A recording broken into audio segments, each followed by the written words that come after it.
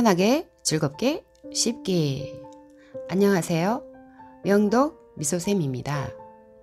독해력, 사고력 높이기, 풍부한 어휘력이 답이다. 독서 논술 수업을 할 때 어휘를 중요하게 여기고 어휘 수업을 합니다. 어휘가 왜 중요하고 필요한지, 그리고 다양한 어휘 키우는 방법들을 이 시간에 알려드리려고 합니다. 언어의 기본 재료인 낱말들을 흔히 어휘라고 부르죠. 어휘 지식이 독해에 직접적인 영향을 줍니다. 읽기는 글 속의 언어로부터 의미를 파악하는 과정이나 단어를 인식하는 기초 단계 없이는 읽기가 이루어지기 어렵습니다. 읽기 자료의 내용 파악을 위해 어휘 지식이 필수적이라는 것은 누구나 인정합니다. 읽기뿐 아니라 듣기도 마찬가지입니다. 모르는 어휘가 많으면 내용의 의미가 끊어지고 결국 읽는 과정이 지루하고 소통도 제대로 안 되고 인간관계도 힘들어지죠. 또 텍스트를 읽고 글쓴이의 의도를 정확하게 파악하는 능력, 새로운 개념 이해의 어려움 등으로 독서 깊이, 사고력 저하, 학업 의욕 및 능률 저하 현상이 생깁니다. 어휘는 국어과 과목을 통해 향상할 수 있지만 어휘가 부족하면 국어뿐 아니라 타 과목 이해에도 어려움을 겪게 됩니다.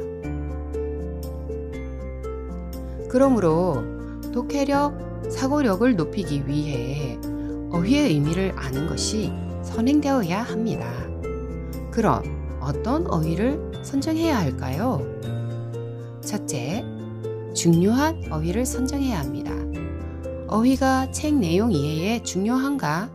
어휘가 자주 대하고 사용할 어휘인가를 생각하고 어휘를 선정해야 합니다.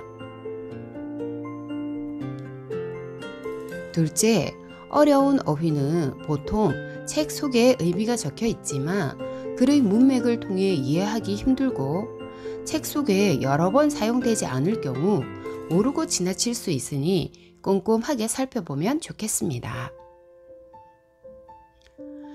셋째, 깊이 있게 학습해야 할 어휘를 선택합니다.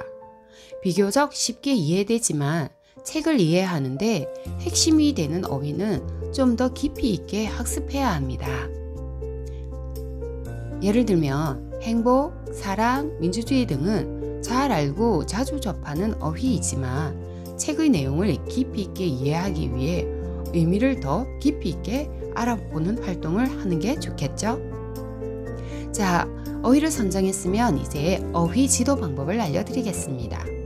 첫째, 일반적 어휘 학습으로 사전에서 의미를 찾고 어휘 노트를 만들어 기록하고 문장 만들기를 하는 방법입니다.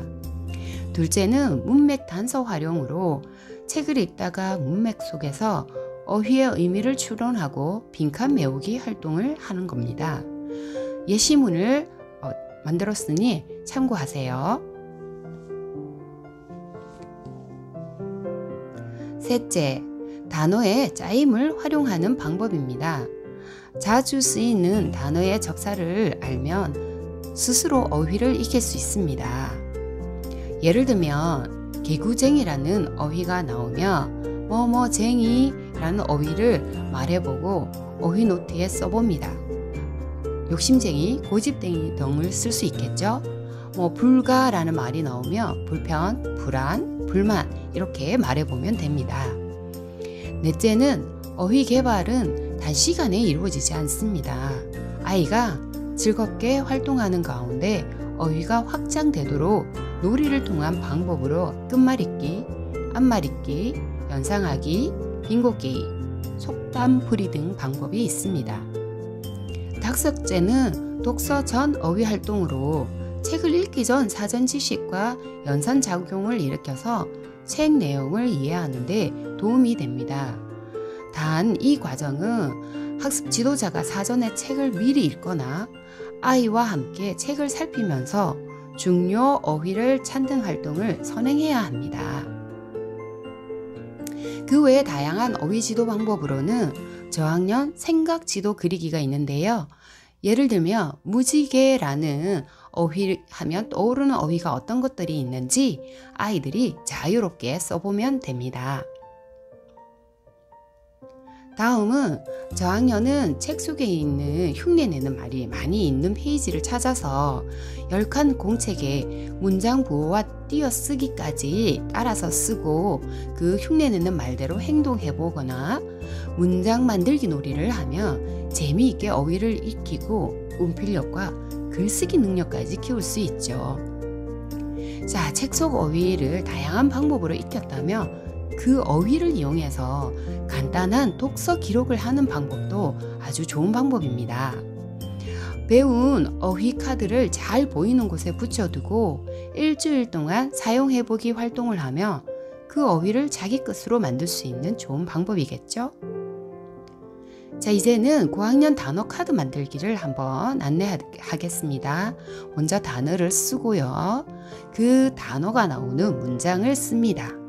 그리고 단어의 뜻을 쓰고 그 단어의 동의어나 반의어도 써봅니다.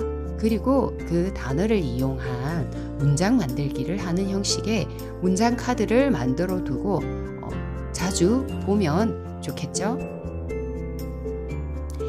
고학년 의미지도 만들기를 우리들의 일그러진 영웅을 예로 들어서 해봤습니다. 주제어 영웅을 먼저 선택을 하고요. 주제어와 비슷한 말, 주제어가 나타나는 시기, 주제어의 장소, 주제어와 연관된 인물, 그 주제어와 연관된 반대되는 인물, 주제어 하면 떠오르는 느낌, 이런 식으로 의미지도 그리기를 해보는 것도 좋은 방법입니다. 고학년들은 책 속에 관용어와 사자성어가 있다면 찾아보고 어휘 노트에 기록하거나 어휘 카드 만들기, 포스트잇을 이용해서 뜻을 쓰고 잘 보이는 곳에 붙여두고 생활에 활용하는 연습을 한다면 풍부한 어휘력을 가져서 글쓰기와 말하기에 자신감이 생길 것입니다. 그 외에 느낌이나 감정을 나타내는 말을 많이 연습하면 좋겠습니다. 아이들 대부분이 자신의 감정이나 느낌에 대해 정확하게 표현하지 못하는 경우가 많이 있습니다.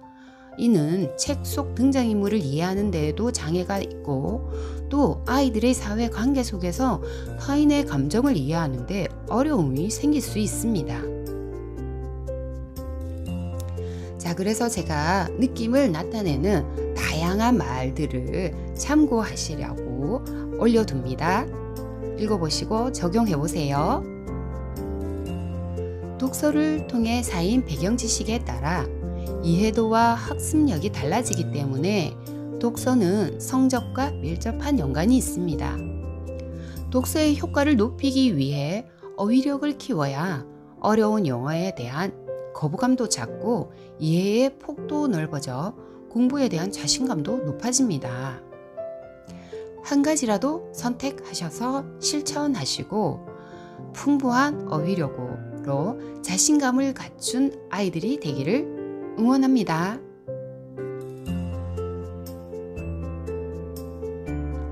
감사합니다. 사랑합니다. 축복합니다.